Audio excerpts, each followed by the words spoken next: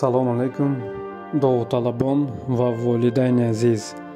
натиҷаи имтиҳони 40% аз фанни физика.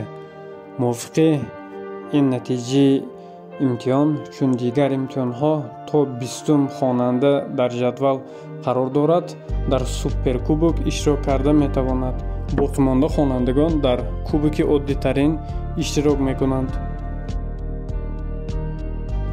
мувофиқи ҷадвали фанни физика, охирон хонанде ки дар суперкубок иштирок мекунад, ин Комилов Рӯзибой мебошад, ки дар ҷадвал дар 20-ум қарор дорад. даҳгони беҳтарини хонандагон аз имтиҳони 40% физика. ҷои якум 2 нафар Бонёзов Худойдод ва Юлдошева Сарвиноз. онҳо дар ин имтиҳон ба ягон хатогӣ роҳ надоданд. ҷои дуюм Усмонова Солиҳа ва ҷои сеюм боз 2 нафар Шерлизода Муҳсин ва Миршарипов Аслиддин.